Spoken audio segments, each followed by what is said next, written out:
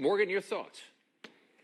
Well, listen, KT is not only my friend, but my mentor, so I have to agree with her in many ways. But I think what's crucial here is giving the flexibility if President Trump does win in November for him to be able to get to that deal. Now, listen, it's a democracy, so the House has every right to look at the Senate bill and say, we're not passing it exactly as it is. In fact, we want more border provisions and perhaps, as was Donald Trump's plan, to make the aid to Ukraine and Israel and Taiwan a loan, as opposed to just being a grant from the United States. I think that that has a lot of merit. In fact, that's the kind of ideas that Donald Trump comes up with that are obvious.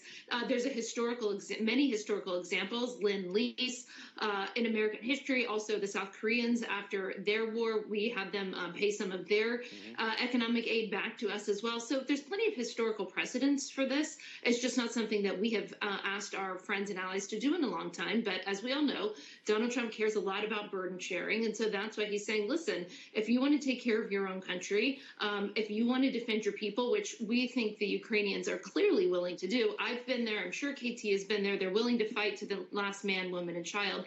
We can give them our older weapons. We can give them defensive weapons. My big problem is that, number one, we have to remember Republicans can't get blamed for a war that is Biden's fault in the first place. It was Biden that failed to deter Putin from invading Ukraine, not President Trump, not our team that KT and I both served in. Yeah.